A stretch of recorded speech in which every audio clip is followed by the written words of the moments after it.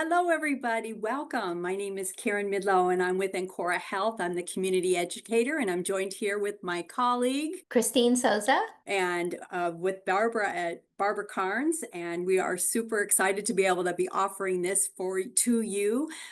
This channel is sponsored by Ancora Health and Allsep's Persons Funeral Chapel, and we are very grateful that we're able to bring this to you, and we're really grateful to Barbara for all the work that she's done. She claims she's been in healthcare for 40 plus years. She started as an infant, we know this, but I wanted to highlight some of her books because we've been talking so much about the little blue book that everybody knows about, but there are so many other secret books that I don't want to be a secret anymore. I think this is a must-have. It's called You Need Care Too. It's a journal for caregivers where you can actually write your experience and has some fabulous tips.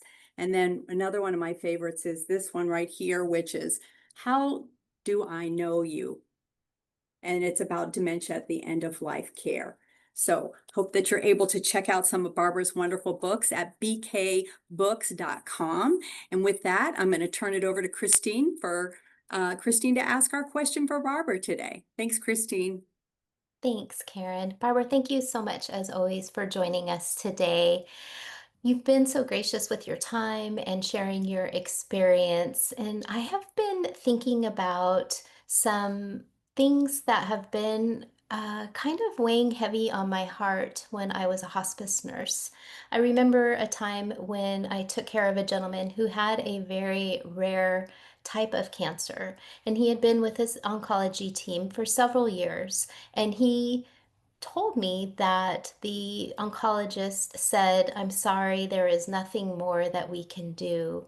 And he expressed sadness and he actually felt abandoned by his medical team. And so I was wondering if maybe you could share your thoughts about that.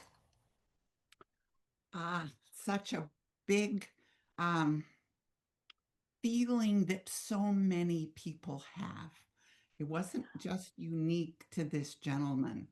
And I think what happens is our medical model, which physicians are part of, um, concentrates on diseases that people have, where end of life and all that we do with end of life concentrates on people that happen to have disease.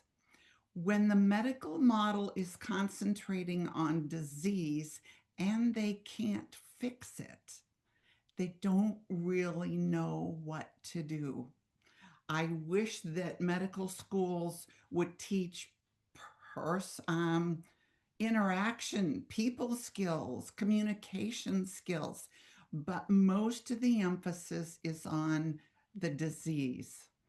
So, what we can help, we who work in end of life, what we can help our families and patients do is have the courage to call that physician and say, you know what?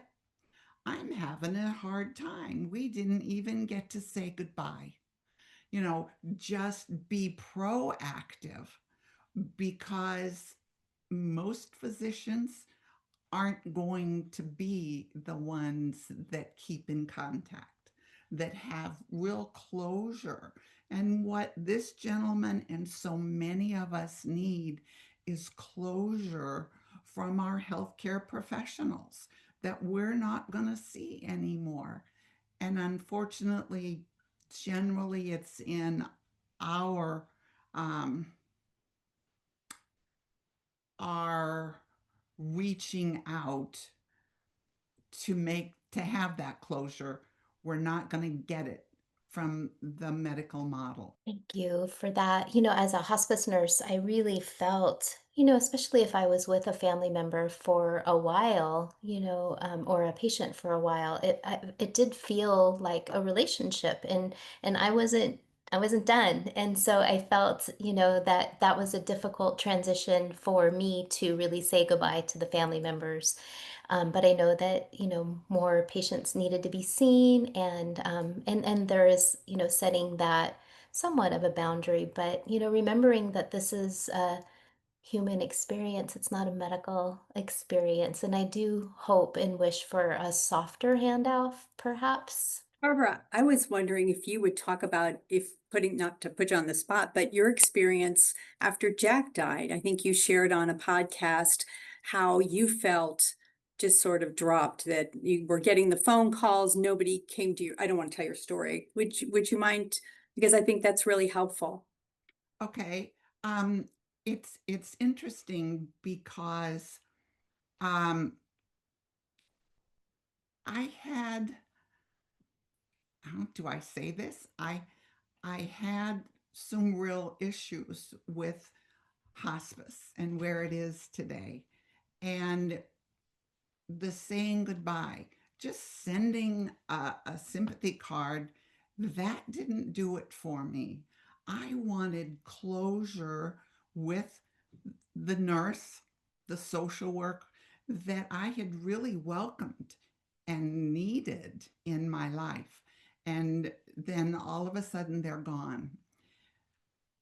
A note, a card, that didn't cut it for me. I wanted personal interaction.